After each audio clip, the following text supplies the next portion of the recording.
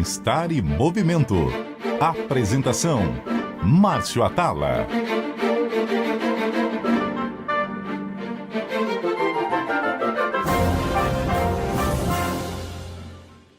Olá a todos, o Bem-Estar e Movimento está começando.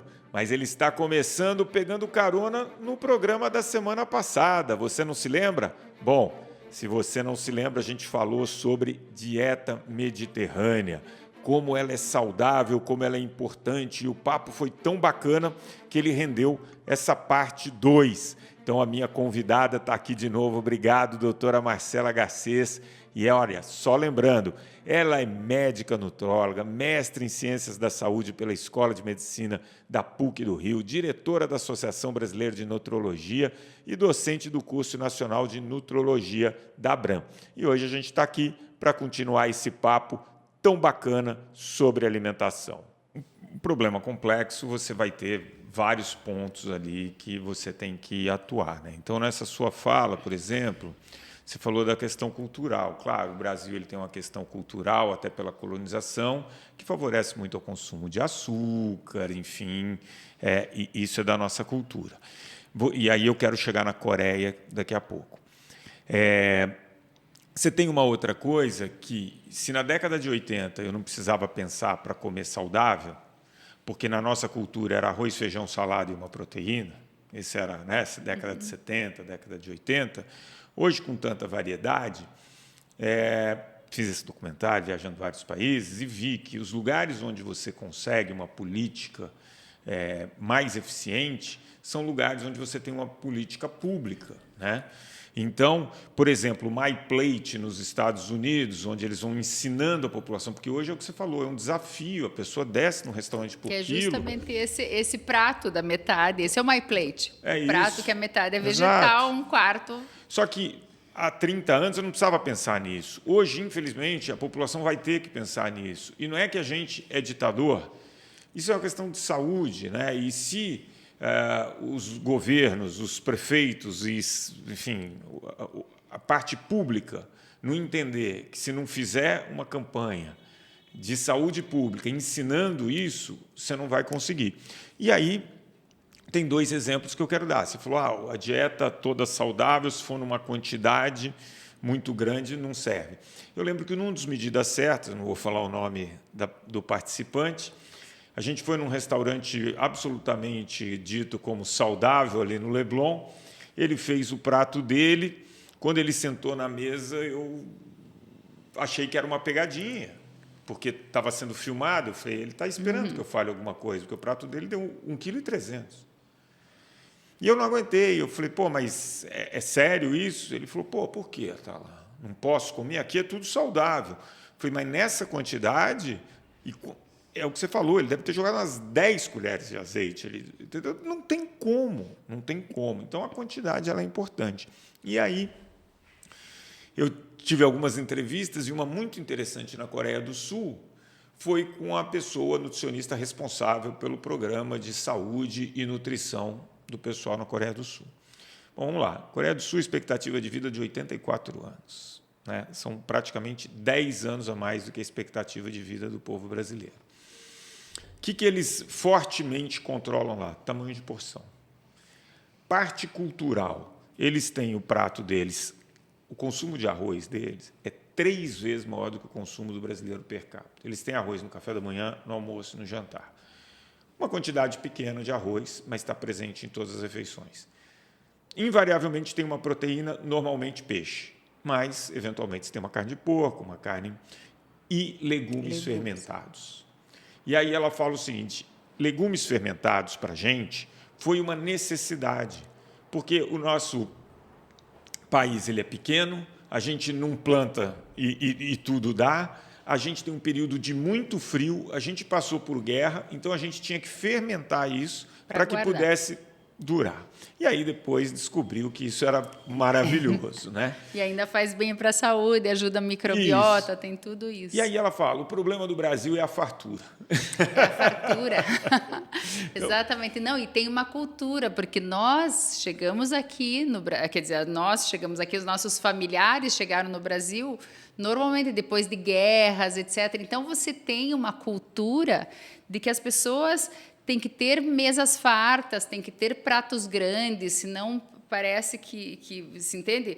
Ter um comportamento como fazem lá na Europa, por exemplo, se você vai comer na casa de alguém, perguntam para você quantas batatas você vai comer e vão cozinhar a batata. Aqui seria uma indelicadeza Aqui uma monstra. delicadeza total. Lá fazem isso. Se você vai comer, se perguntam para você, você vai comer quantas batatas? Você come uma ou duas? E aí cozinham a batata. Até Quantas tem? Quantas? Quero todas. Enfim, Márcio.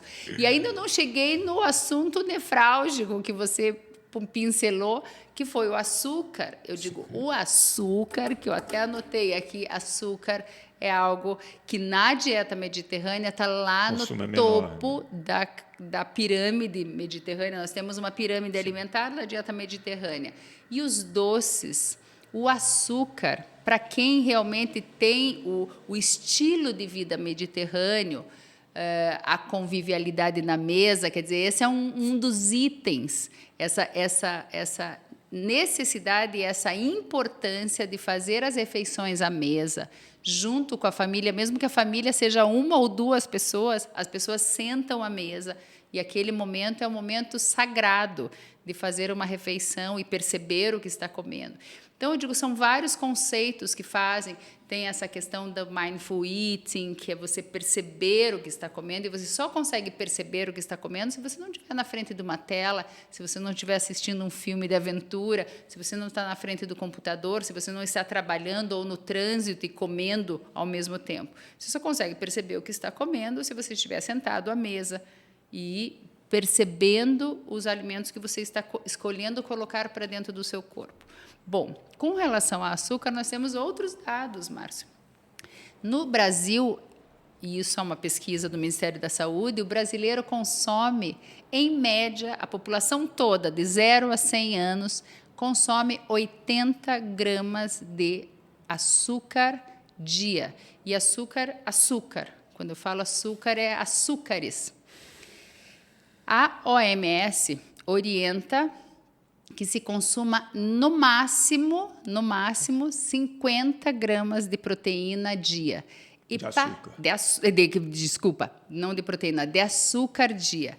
Esse é o consumo máximo, mas o ideal seria 25. E para as pessoas que têm doenças, quer dizer, patologias que concursam com consumo excessivo de açúcar, como obesidade e diabetes, deveriam comer no máximo 12 gramas e meia. Então, quando começam os outros modismos, que as pessoas dizem, tira isso, tira aquilo, tira tais grupos de todo mundo, porque isso faz mal, eu digo, se quer tirar alguma coisa de todo mundo, orientar que todo mundo reduza o consumo de açúcar. E, particularmente, um açúcar chamado sacarose, que é aquilo que vai nos alimentos ou nos líquidos para adoçá-los. Então, se você comer um alimento adocicado, e ele é adocicado naturalmente, como uma fruta, por exemplo, Márcio, você pode comer. Mas se você vai comer, digamos, um bolo ou um biscoito doce, que você sabe que ele é doce porque recebeu açúcar, pense 2 vezes antes de comer. E a mesma coisa com relação aos líquidos.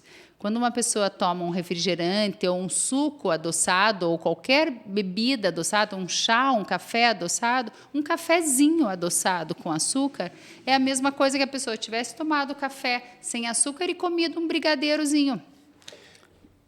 A questão do açúcar, esses dados que você trouxe, né? Então a OMS fala de 10% no máximo das calorias, baseando numa dieta de 2.000 calorias. Claro que tem gente que pode comer um pouco mais, tem gente que acaba comendo um pouco menos. Mas o que me chama a atenção é que o estudo de consumo do açúcar do brasileiro mostra que mais de 70% desse consumo ele é adicionado. Ele é adicionado. Então entra o problema cultural.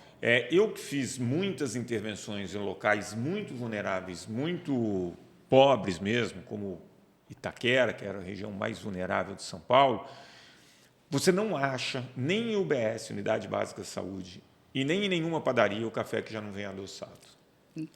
Então a pessoa acaba fazendo esse consumo realmente excessivo. Não à toa eu gosto de algumas recomendações da OMS, que é controlar esse consumo do açúcar, do sal, da gordura saturada. E você falou da dieta mediterrânea, consumir fibras. Fibras, que hoje o brasileiro consome muito menos do que o recomendado. E na dieta mediterrânea, eles usam muito na dieta mediterrânea ervas aromáticas para temperar, então o consumo de sal é menor. Que também temos dados aqui no Brasil, o brasileiro consome em média 12 gramas de sal, sendo que no máximo deveria comer 5. E depois de muito esforço da indústria, etc., entendendo que esse consumo era mais do que o dobro na população em geral, consumindo exatamente como se faz com açúcar, se reduziu para 9 gramas dia, mas ainda está muito aquém dos 5 máximos gramas de sal dia. Então, Márcio, eu digo, os conceitos, nós temos, eu pareço um disco furado e vou continuar assim até o fim da minha vida. Eu digo, a alimentação é prioridade na vida das pessoas. Fazer boas escolhas alimentares impactam na expectativa de vida, na qualidade de vida, porque hoje nós vivemos, nem que não queiramos, nós vamos viver. A escolha é qual é a hora que você vai começar a manejar doenças, porque se você tiver maus hábitos, você vai viver, mas vai viver uma quantidade enorme de anos doente. Sim. Não vai morrer antes. Essa luta sua, essa luta minha... Essa luta nossa. Ela é fadada ao fracasso. Não, eu não penso assim. Eu não penso assim. Nós não somos... Muito fracasso. Muito.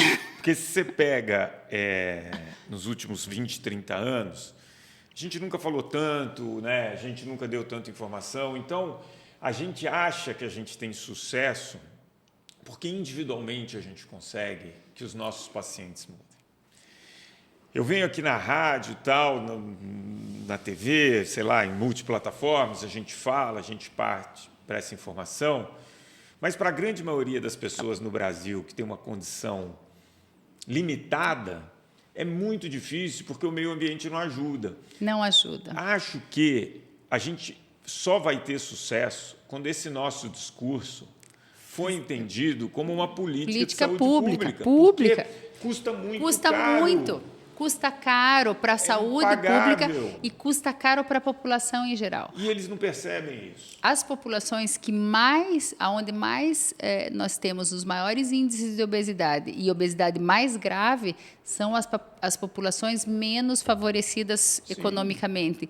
E aí nós temos um grande problema, porque temos o grande obeso, desnutrido, sarcopênico. E só que todo mundo paga a conta. Todo mundo paga essa conta. Seja no plano de saúde, no sistema público. No sistema público, na qualidade de vida, na qualidade laboral dessas pessoas, na questão da cognição, na questão emocional. Então, as políticas públicas com relação à orientação alimentar deveriam partir lá do berçário. A criança tinha que saber o que é uma proteína, o que é um carboidrato, o que é uma gordura. Por incrível que possa parecer, nós temos pessoas de nível superior da área da saúde que não sabem o que é uma proteína, o que é um carboidrato complexo e carboidrato simples. Um prato. Não preciso muito longe. Um prato.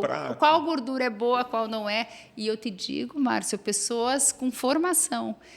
Imagina a população que não tem acesso às informações. Então, eu digo assim, nossa luta não está fadada ao fracasso. Nós somos uma voz que grita no deserto, mas a gente continuamos, temos que acreditar. Porque eu acho até sacanagem com a população, entendeu? Permitir. Aí falar, não vou entrar nesse tema, a gente te chama de novo para a gente falar de gordofobia, mas quando se trata de obesidade, as pessoas... gente, calma lá. Não sou eu, não é a doutora que está falando que obesidade é doença, né? Então, a gente tem que entender isso. Estados Unidos hoje gasta 22% do PIB com saúde, e só aumenta o número de doenças crônicas, só aumenta, piora de qualidade de vida.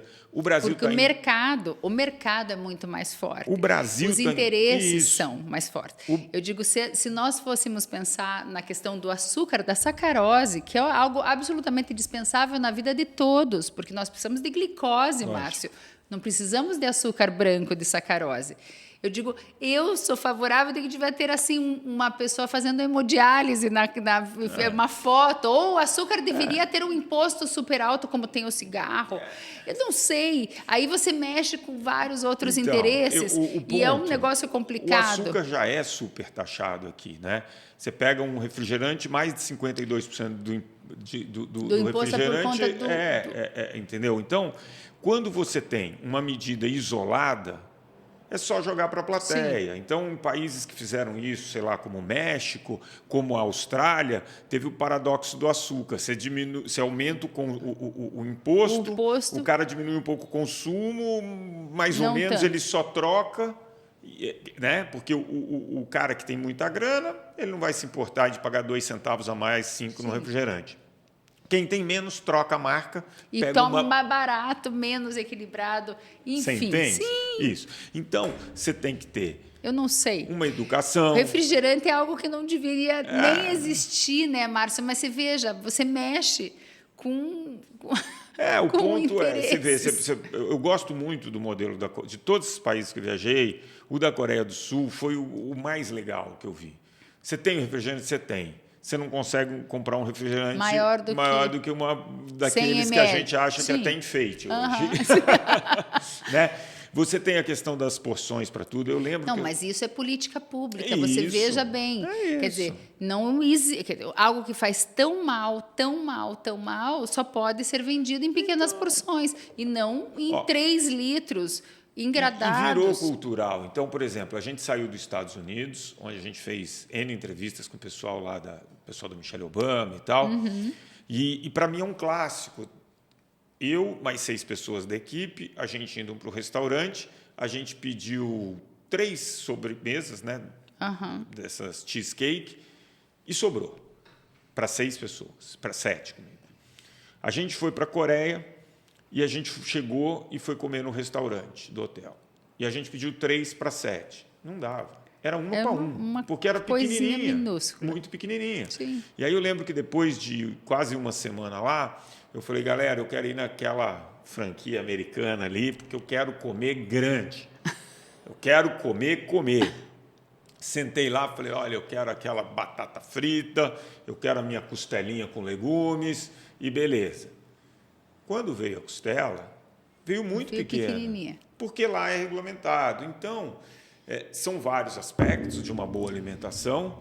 Eu espero que a gente não perca a vontade de falar, de tentar. De inspirar as pessoas a cuidarem tudo é um conjunto, Márcio. E a dieta mediterrânea é um exemplo disso. Na verdade, a dieta mediterrânea é um todo, é um estilo de vida que funciona bem naquelas cidadezinhas onde as pessoas são extremamente longevas e vão a pé todos os dias comprar os seus vegetais e fazer suas refeições.